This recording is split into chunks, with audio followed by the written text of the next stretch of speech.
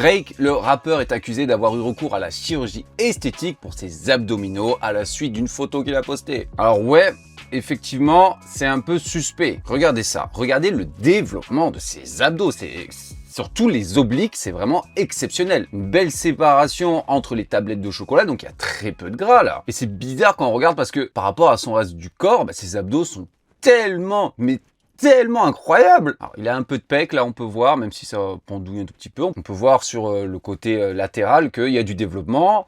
Mais après les épaules, les bras, un tout petit peu d'épaules, il y a quand même beaucoup moins de muscles. Donc apparemment lui là, Home Gym, il a une salle chez lui à 200 000 $. Donc qu'est-ce qu'il fait? Il va à la salle, il fait que les abdos et rien d'autre? Non, quand on travaille à la salle, on travaille tout le corps. Encore plus bizarre, c'est sa distribution de gras. Regardez ça, il a un peu de gras sur ses pecs, on peut voir ça pendouille très légèrement, sur ses bras, etc. Il n'y a pas autant de définition, on peut pas voir les veines, les stries dans les muscles. Par contre, ses abdos, ils sont écorchés. C'est quoi ce délire? Une distribution de gras androïde normale, c'est l'inverse, hein. On prend tout dans le ventre et le reste, c'est plus sec. Qu'est-ce qui se passe? Alors, est-ce que ça pourrait être un point fort génétique? On peut voir des fois chez certaines personnes, par exemple les combattants qui travaillent énormément leurs abdos, ils font de la rotation, des choses comme ça. Ils ont les abdos très développés, peut-être plus que le reste du corps, mais là, un tel delta, une telle différence, c'est du jamais vu, quoi. On a des photos de lui il y a quelques années, quand il était à la plage, vous pouvez le voir. Ses abdos, ils ressemblent absolument pas à ça. Et je dirais même que limite, il est encore mieux dans cette photo-là. Regardez d'ailleurs. Il y a un peu de pec. Il a un peu d'épaule, de bras, il y a un peu de muscles. Et je dirais même que j'ai l'impression qu'il y avait plus de muscles sur ses membres à cette époque-là que maintenant, alors que maintenant, il a encore plus d'abdos. Bon, déjà, on peut rayer le côté déficience en myostatine uniquement pour les abdos. Hein. C'était pas un point fort génétique, comme on peut le voir. Enfin, c'est pas mal. Là, il fait naturel, mais maintenant, on dirait, je sais pas, on dirait un jouet en plastique Action Man, quoi. Chirurgie fort possible. Déjà en 2009, il s'était fait clasher par un autre rappeur pour ça. Et ça existe. Par exemple, un acteur d'Alerte à Malibu avait avoué avoir eu recours à l'abdominal etching. Donc c'est une forme de liposuction où ils vont enlever le gras à des endroits stratégiques mais pas à d'autres pour donner cette illusion de tablette de chocolat. Il y a également, il y a 2 ans, Liver King avait été accusé d'avoir eu des implants abdominaux, faux abdos, ce qui existe. Hein. Bon, dans son cas, je pense que c'était plus les copieuses amont de traîne qui s'enfilaient. Là, clairement, on peut voir que c'est pas naturel. Regardez des abdos. Les obliques, donc qui partent d'ici, ok. Ici, ça continue. Donc ça, c'est les obliques. Là, c'est le dentelé antérieur.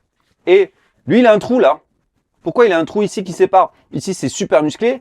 Ici, c'est super musclé. Et là, il y a un trou. C'est pas normal, c'est pas naturel. Regardez des vrais abdos. Des vrais abdos. Voilà. Et après, regardez les siens.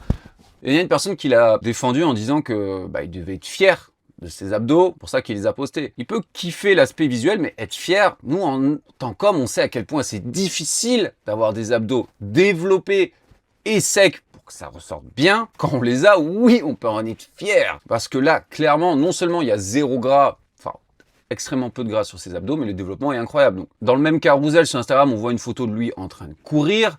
Il est loin d'être gros, clairement, mais j'ai pas l'impression qu'il est à un niveau de sèche qui pourrait faire ressortir autant ça. Mais bref, si vous voulez avoir des abdominaux sans passer par la case chirurgie, que faire? Une erreur très courante que je vois beaucoup de personnes faire avec les abdos, c'est qu'ils ne les traitent pas comme les autres muscles de leur corps. J'ai jamais compris ce délire. On va se prendre 4, 5, 6 exos d'abdos, on va tous les enchaîner les uns derrière les autres en circuit. Est-ce que vous faites ça avec les jambes? Genre vous prenez 4 exos de jambes, vous les faites en circuit? Je sais pas, non.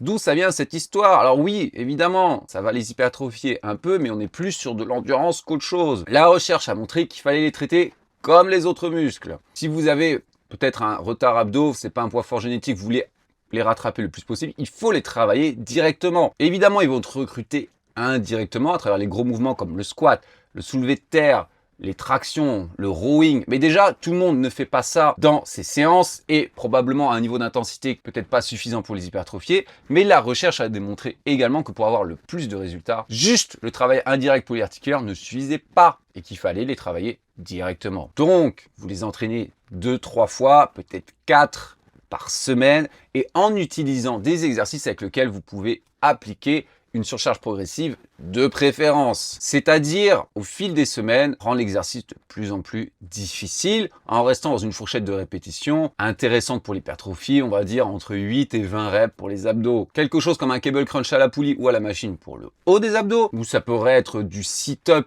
lesté, avec des poids, des crunchs lestés. Pour le bas, on reste toujours sur la flexion spinale, mais en initiant le mouvement à travers les jambes. Ça peut être des relevés de genoux, des relevés de jambes, des crunchs déclinés que j'adore également. Oui, c'est des exercices au poids de corps sans charge additionnelle, mais qui sont difficiles à faire correctement. Si vous n'avez jamais entraîné vos abdos, vous faites du relevé de jambes décliné, vous n'allez pas en faire 50, je vous le garantis. Surtout si vous le faites bien. Et au fil des semaines, on apprend à le faire correctement, même des mois. Pour les obliques, les wood chops, donc ces mouvements typés bûcheron, ou les Russian twist à effectuer correctement, seront également vos meilleurs amis. Et n'oubliez pas le transverse et le gainage de manière générale. Il y a tout un tas de gainages différents que vous pouvez incorporer. D'ailleurs, il y a des scientifiques qui ont testé avec électromyogramme quels étaient les exercices qui recrutaient le plus les abdominaux.